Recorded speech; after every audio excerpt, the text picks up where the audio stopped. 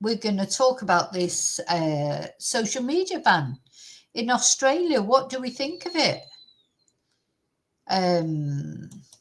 Let's have a look what the Prime Minister had to say. So it's come into effect today, hasn't it? So it's anyone under the age of 16. So it's not, you know, a total ban on social media, but if you're under 16, if you... The right of kids, this is the day when Australian families are taking back power from these big tech companies, and they're asserting the right of kids to be kids and for parents to have greater peace of mind.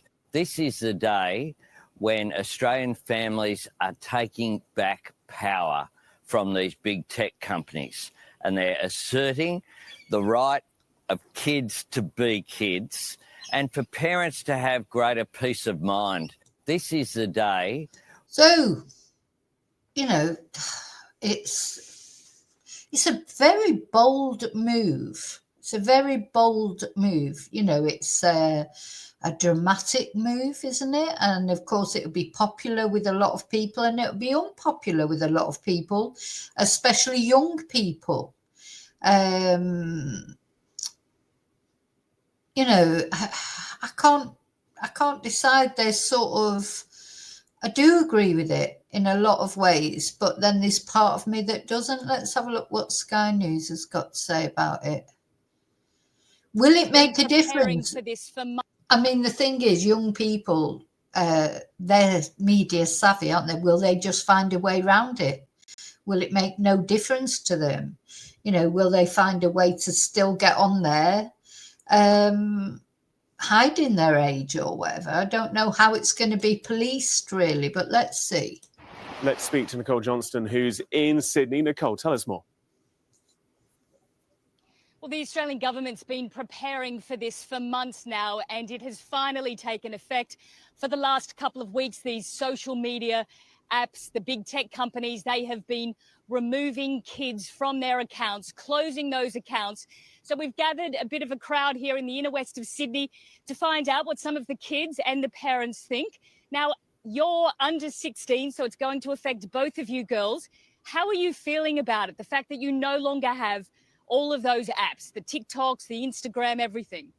Well, first of all, I think it's a pretty bad idea altogether, the social media ban. And if the Australian government wants to regulate social media, I feel like there'll be a lot of better ways to do it. And what about you? Do you sometimes feel like you're addicted or doom scrolling?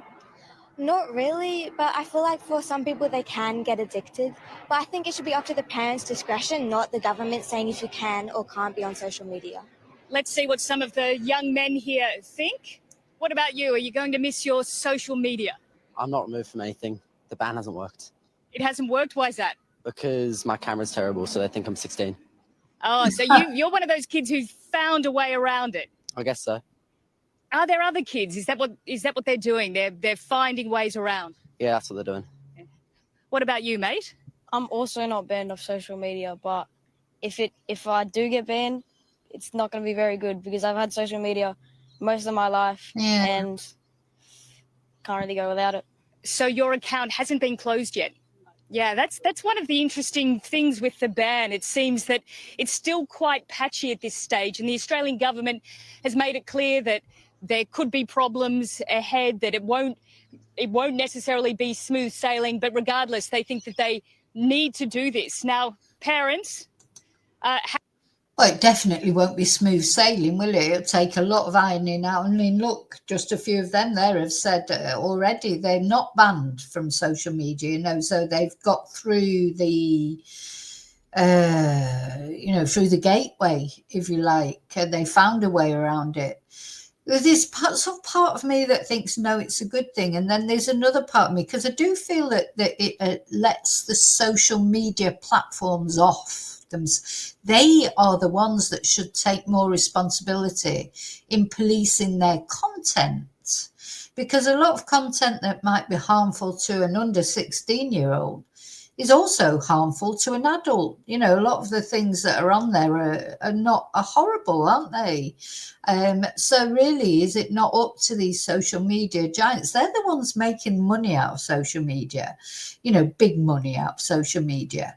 So, you know, your TikToks and your YouTubes and your Instagrams, etc., the actual companies that are, shouldn't they be more responsible? They're the ones that earn the big money from it. So, you know, shouldn't they be more responsible for regulating their content rather than just banning? You know, I suppose it's easier to just ban a whole age group than it is to monitor the content that's going on. And you know, I never understand it because, as I think I said in a post, every time I put up a video about the Epstein files, it gets demonetized, or it's definitely, you know, it might get, you know, when I appeal against it, sometimes it gets allowed then, but often it doesn't. In fact, more often than not, it doesn't. And I think, why is that? Because, you know, I don't put anything, you know, I don't talk about anything really near than, you know, I don't go into gory details about anything or go. So, you know, I don't really understand how they judge, you know, and some of the things I've seen on TikTok that just flash up at you before you've even, and the same on X, to be honest, flash up at you, but, you know, suddenly you've seen it and you can't unsee it. Shouldn't that be dealt with more? But I don't know. Anyway, let's see what the parents have said. How are you feeling about it? Is this a sense of relief? Will there be as many battles in the evening? I'm not so sure. I mean, it's not a true ban. They can still access some of the accounts. They just can't have their own accounts. I'm full of admiration actually for the government making a step and trying to regulate a little bit, because the big tech giants are not regulating themselves and they do exactly what they want. Yeah. So no matter how it plays out, I'm quite pleased that they're trying. And I think it's kind of a social experiment to see what happens next. And we have a dad here of two very young children, so it's really going to affect them. What do you think? How are you feeling about it? Well, as she said, I think it's a good idea because it'll keep the next generation off social media and, yeah, really stop them ever starting those accounts. Now, there is an argument that it should be up to the parents to decide, that the state's intervening, making all the rules. How do you feel about that? I don't think I'm technically savvy enough to keep her off if she wanted to. So I think the government getting involved is a good thing. But maybe some parent training on how to identify how they're getting around it would be good. Do you think this ban or restrictions, that they'll actually work? Or do you think the kids will find ways around it? Oh, they'll absolutely find ways around it. And, you know, whatever we ban or it gets banned, it's just got another one's going to pop up and they'll find some other way around it. I think it's really good that we're starting the conversation about just what the impact of social media is. Whether or not we can get kids off it, whether or not we can stop the use of it is different. But we're talking about it now. We're actually saying, oh, wow, look what the big tech companies are doing. At least we're starting to have that conversation. So that's probably the best thing about it. As a parent, have you been really worried? That was a good point, wasn't it, Meg? Because at least it's created a conversation, hasn't it? And people will be talking about it, and it will be being tweaked, I suppose, as time goes on, see how it works. You know, it's going to need some looking at. It's not just, oh, they banned it and that's it and that's the end of it. So I think that was a good point. It has caused a conversation. Worried about your children's access to social media and addiction, online bullying? There's always been bullying. It makes it obviously a lot easier when it's some anonymous person on the other side. But, yeah, are we worried about it? Same as everything, you know, you've got to sort of look after your kids. You've got to let them sort of grow, work out what they're doing. So I don't know if we're worried about it specifically for social media, but, you know, as a parent, you're always worried about your kids in one way or another. Well, plenty of parents are worried, which is why the Australian government has taken this extraordinary action. They've been spruiking it today, talking about it being a world first. It's well known that there are countries around the world, from Denmark to New Zealand, Indonesia, Malaysia. They're all looking at Australia's social media ban, considering adopting something similar. Yeah, everybody will be watching it, all the other countries around the world, because they've all got problems, haven't they, with online bullying and these, you know, young people taking their own lives after going on these sites and things. And, you know, the world will be watching, won't they, to see how it works out. And if it does work out okay, I think it will spread, you know. So I think it will definitely spread if it goes well. So, yeah. And I was thinking that last night, but having said that, there are these good things about, so sorry, I was reading the chat and presuming you know. Yeah, there are good things. So there's when I was trying to get sleep and I can listen to those relaxing, you know, calming meditation type things. I do like listening to those things. I wouldn't like it to be, you know, I wouldn't like to not have it, but then I'm not 16, am I? I mean, we didn't have it. And the thing about the online bullying, I think, you know, most people get bullied, don't they? Children, I was bullied terribly at school. But at least I suppose you couldn't. I think the difference now is, you know, people are bullied on their phones and their phones are with them, you know, in their bedroom, in their homes, you know, they've got their phones with them and they're getting this vitriol.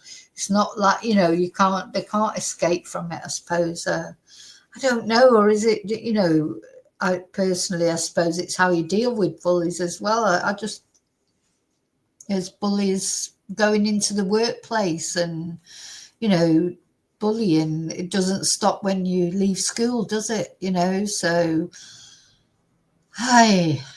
life's hard, isn't it? Life's hard, I think. So yeah, Bluebell, it was supposed to be banned in the USA, but Trump decided not to ban it. But somebody American is supposed to buy it, but I don't think anybody has bought it yet. Of course, it was conjecture that it might be Elon Musk. Oh my God, you know, how many, oh dear, I'd rather have the Chinese in charge of it. You know, and yeah, they could, that's a good point. Admit they can use VPNs. You know, there are ways around bans and things. You know, maybe. Oh, David's only addicted to my channel, and I admit that's nice. Yeah. It is addictive. It is addictive. Yeah, admit your daughter. Yeah, I think it's, you know, it's, what's the word? It's just, everybody is. I mean, you imagine, even really just going back maybe 10 years, would everybody have been walking around with a phone in front of them? You know, even when you're walking around the supermarket, people are talking into the phone. They can't even go to the supermarket without looking at their phone or talking, you know, into it. Or, you know, that is the way of the world. There's no, I think it was you, Bluebell, said that is the way. You know, you're not going to change that now. The world, that'd be like saying, oh, you know, banning the cinema or something. You know, people go to the cinema now just because they didn't go years ago because maybe the cinema didn't exist or whatever. But now it's here and it's here to stay. I think my personal opinion would be regulate it better.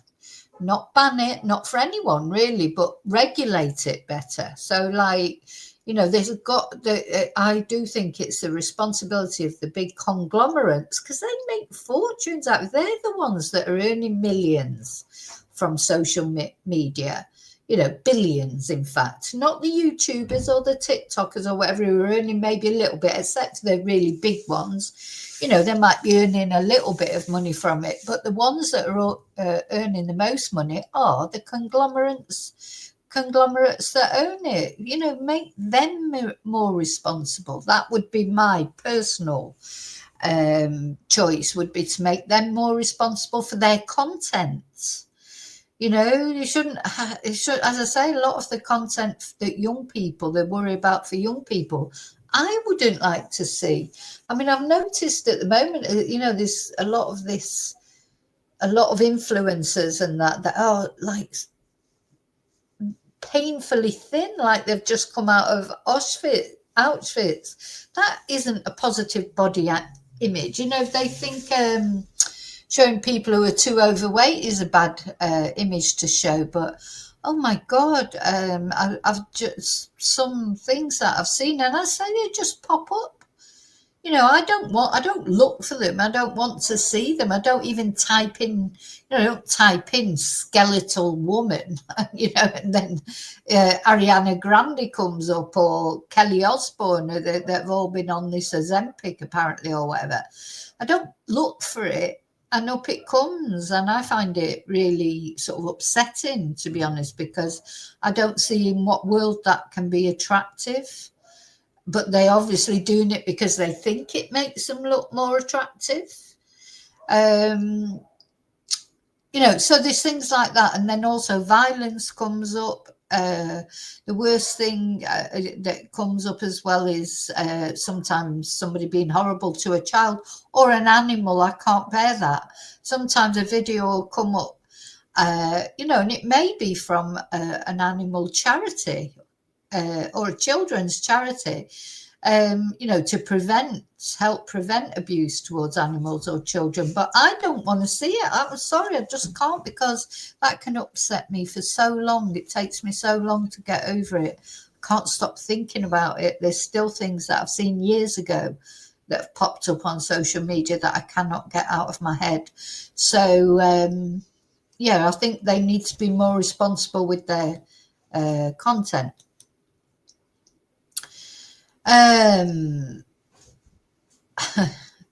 Yeah, exactly. Yeah. Oh my God, Bluebell, you're massaging someone. They've got their phone in their hand. Oh my God.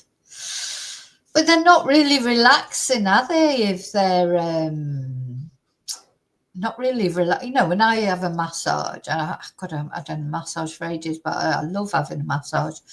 That's your time to just forget all that, isn't it? You know, unless you're waiting for something urgent or whatever. And I've asked, it's a bit of a long story, but you know, if I know that somebody in my family or whatever is going through something or waiting for a result of something, and I am waiting for that message, you know, an urgent message or an important message, but not just generally. Do you know what I mean? It's like, you can have an hour without being on WhatsApp to someone unless it's about something urgent. I don't, you know, that's I love having a massage, and you just disconnect from everything.